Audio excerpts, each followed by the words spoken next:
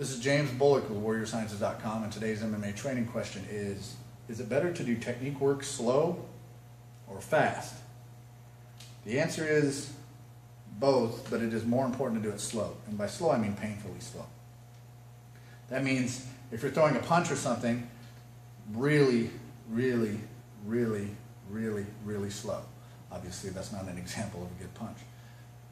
But the reason you want to go really slow is you build a neuromuscular connection. If you go fast, you can skip mistakes. You can skip over what could be a problem because your elbow could all of a sudden flare, when it shouldn't. Or you rotate your wrist over, you slightly cock your wrist at the end just before you make impact, and it's not hurting you now, but it does later. It can later on or over time. Train really slow. Be very involved and in the moment when you're training. Far too often do I see, people they're warming up with shadow boxing. I've covered this in another video, but they can be warming up and you can tell they don't see anything. They're not visualizing their opponent. So if you're working on striking or kicking or anything else, and it's just in the air, it should be painfully slow.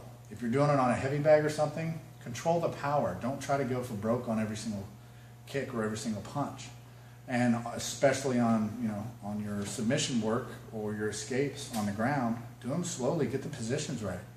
It's position before submission. It's also, in the stand-up game, it's position before kicking, punching, head movement, and all that other stuff. Get your positioning down. Be able to do those things the correct way.